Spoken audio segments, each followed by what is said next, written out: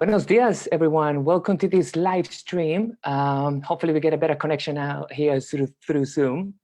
If you're watching this because you're interested in looking at the different possibilities to surround yourself with Espanol during this lockdown, or maybe perhaps you are watching this from another country and you'd like to still bring more Spanish to your life, right? My name is Jaime and I'm a Spanish coach. And if you've never heard of me before, if you never come across me before, I'm the founder of Habla Ibiza, a specialized company that we work with shy outsiders and we turn them into confident members of the community. I'd like to find out where you guys are from. So whether you're watching this live or on the replay, please get involved in the comments and write down where you're from and what you expect to learn on this video. Just introduce yourselves. It's not just me talking at you. Let's make it a both way thing. Vale? In today's video, like I said, we are going to be talking at the best, or we're going to be looking at the best ways to immerse yourself with Espanol, surround yourself with Espanol. Learning Espanol is not just putting your head in the books and hoping that you'll come out at the end of your Spanish class talking Espanol. You need to make lots of decisions and micro decisions that will steer you and get you closer to that goal. One concept that I discuss with my clients and students all the time is this concept of having an English bubble, right? And in that world, everything is in English. And how do you intend to live in an English bubble and then try to learn Espanol? And then it doesn't work like that, at least the way I see it.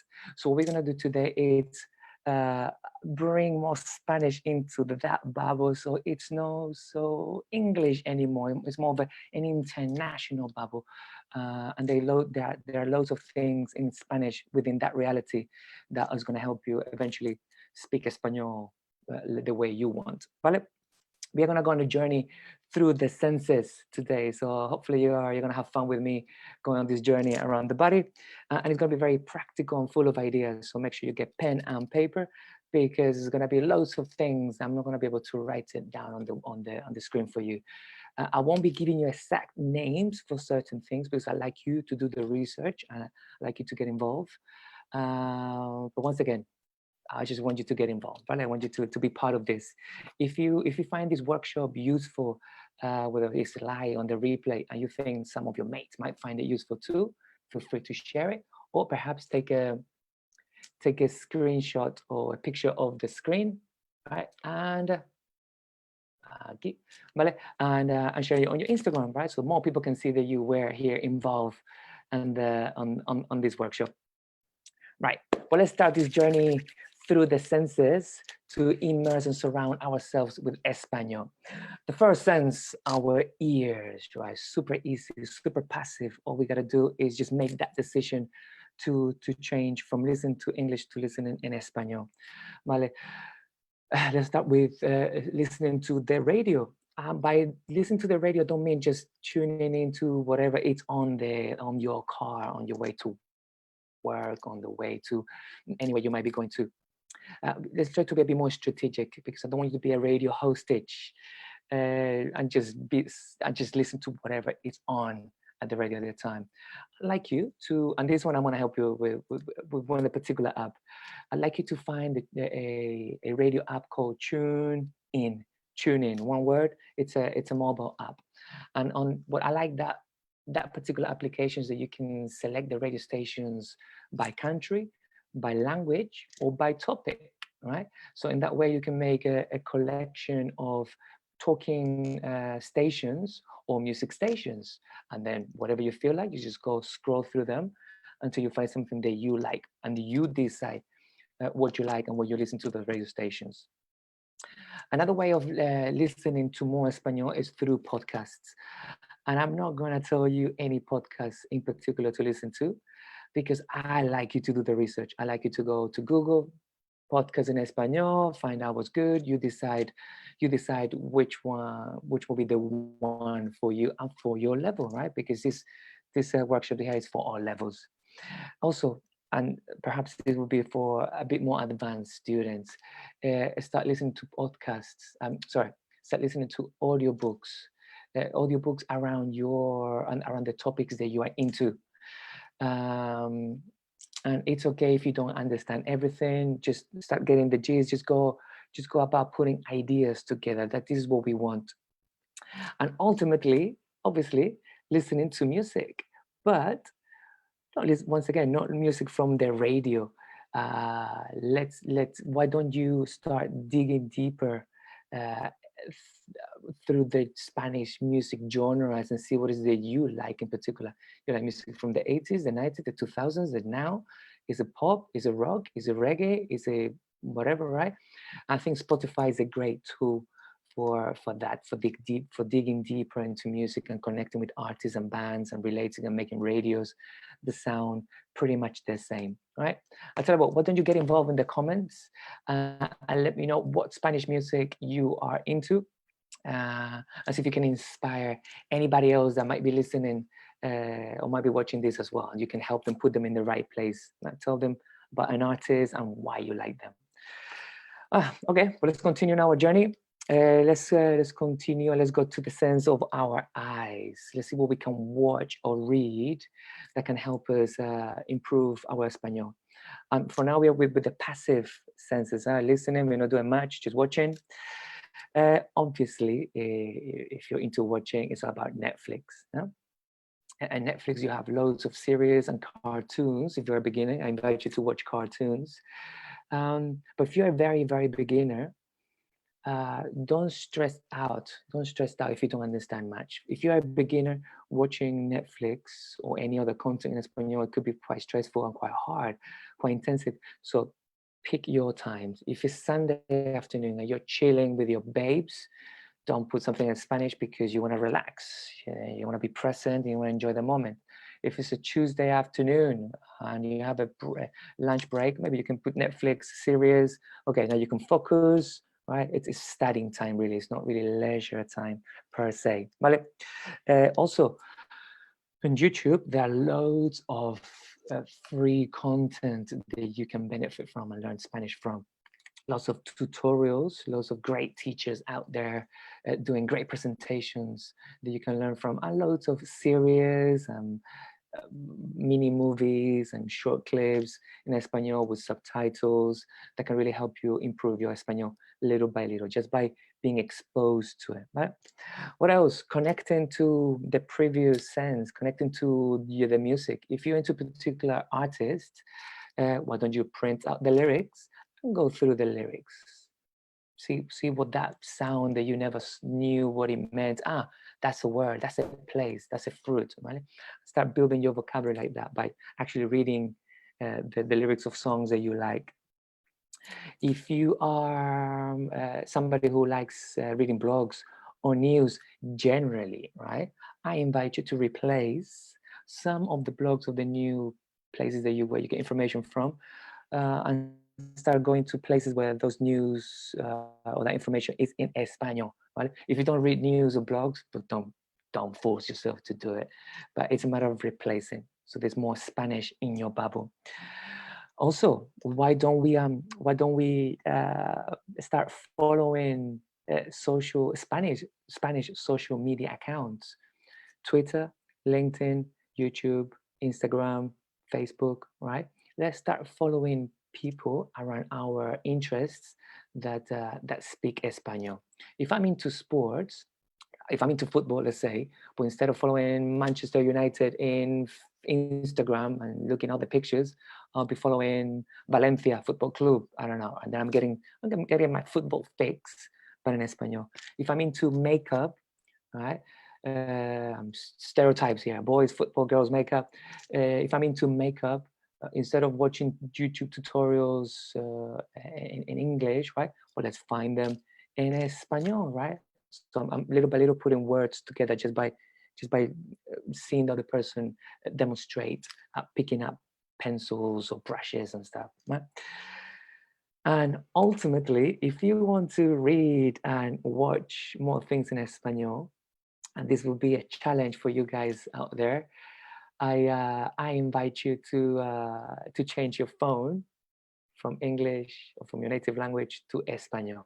I know. A lot of people could be freaking out about this, and some people feel like coming back for a particular message and then going back. But this is very, very powerful because how do you say send, share, like, draft, contacts, calendar? It's all there. It's all there. Right? And everybody can navigate their phone with their eyes closed. So, I mean, unless you're changing a really intricate setting in your phone, which is very unlikely to do it on a weekly basis, you should be able to navigate your phone just by intuition only. So please let me know if you've ever done this before in the comments, or how do you feel about doing this? Is it scary, or is it something that you will do right away as soon as this video finishes? Let me know in the comments. Muy bien. Let's move on to the next sense of the body, and let's go to the hands. Let's see what is it that we can write in Espanol on our everyday life that can help us improve our Espanol. Well, the old school technique, right? Post-its, writing post-its. But let's look at how to write post-its the right way, because I remember being invited to a house party, and this girl was learning Espanol, and she had post-its all over the house. And she's like, and I asked her, how do you say that? She's like, I don't know. So, well, how long has that post-it been up? So, months. Well, that's not very effective, is it?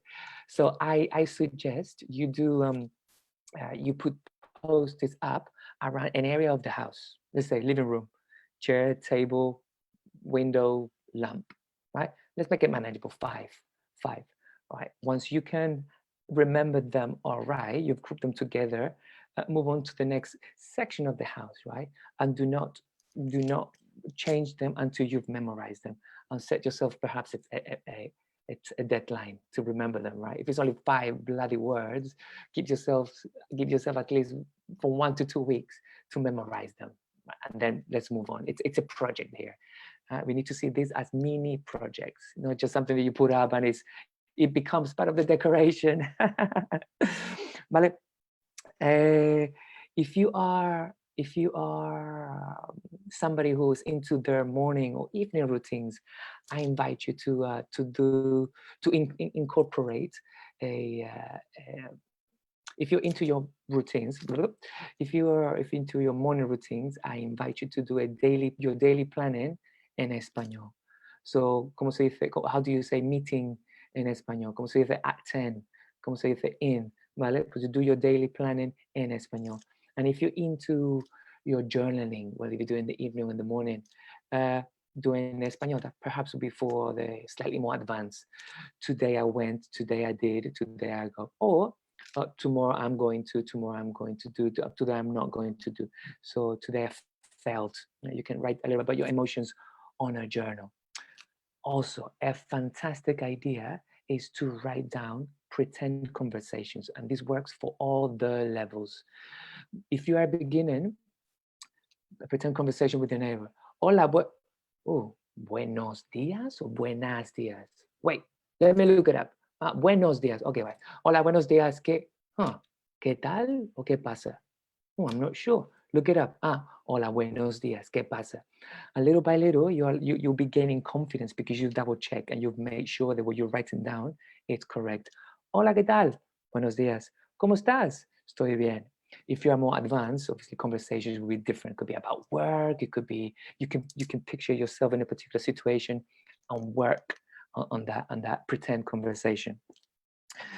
And continue with writing. I invite you to start writing your social media posts in Espanol, right? And then start attracting Spanish friends to your network, to your community. A great way to get interaction, or to get engagement rather, because if you say like, yeah, today I feel good in Spanish, like people are like, yeah, okay, cool. Why don't you start asking questions? Why don't you go to a Facebook forum in your local town and ask, where is the best? Where can I get the cheapest? Are you all guys struggling with the same problem, right?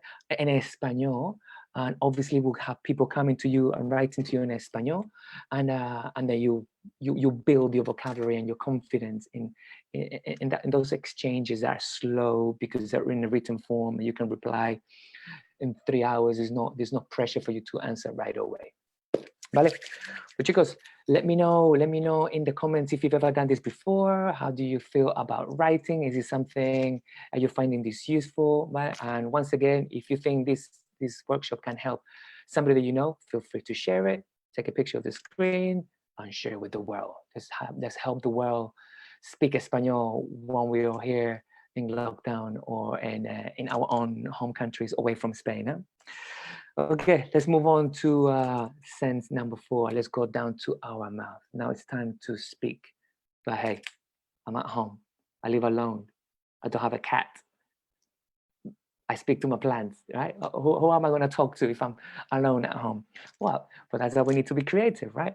Now, a good way of practicing our Espanol is finding a conversation buddy. How can we find a language exchange conversation buddy? Well, you find them online. Hi, I'm looking for somebody to exchange English, Espanol. Vale, boom, boom. And then you can have Skype calls, WhatsApp calls, and you make the arrangements. I have a language exchange group on Facebook. It's called Habla Ibiza Language Exchange or Intercambio Group. And then you've got like 2,000 people and somebody is bound to reply and be open to practice with you in the distance. It could be in a written form or a more of a conversation. Really depends on your level. Also, there's an app called italki. And what it does is all about that. It connects people that have a mutual interest to practice with each other, with natives.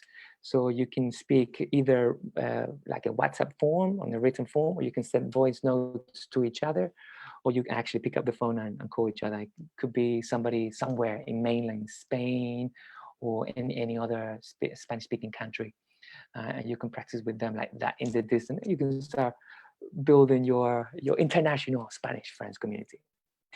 And something that I encourage all my friends to do as well, if there's nobody else to talk to, is to talk to yourself.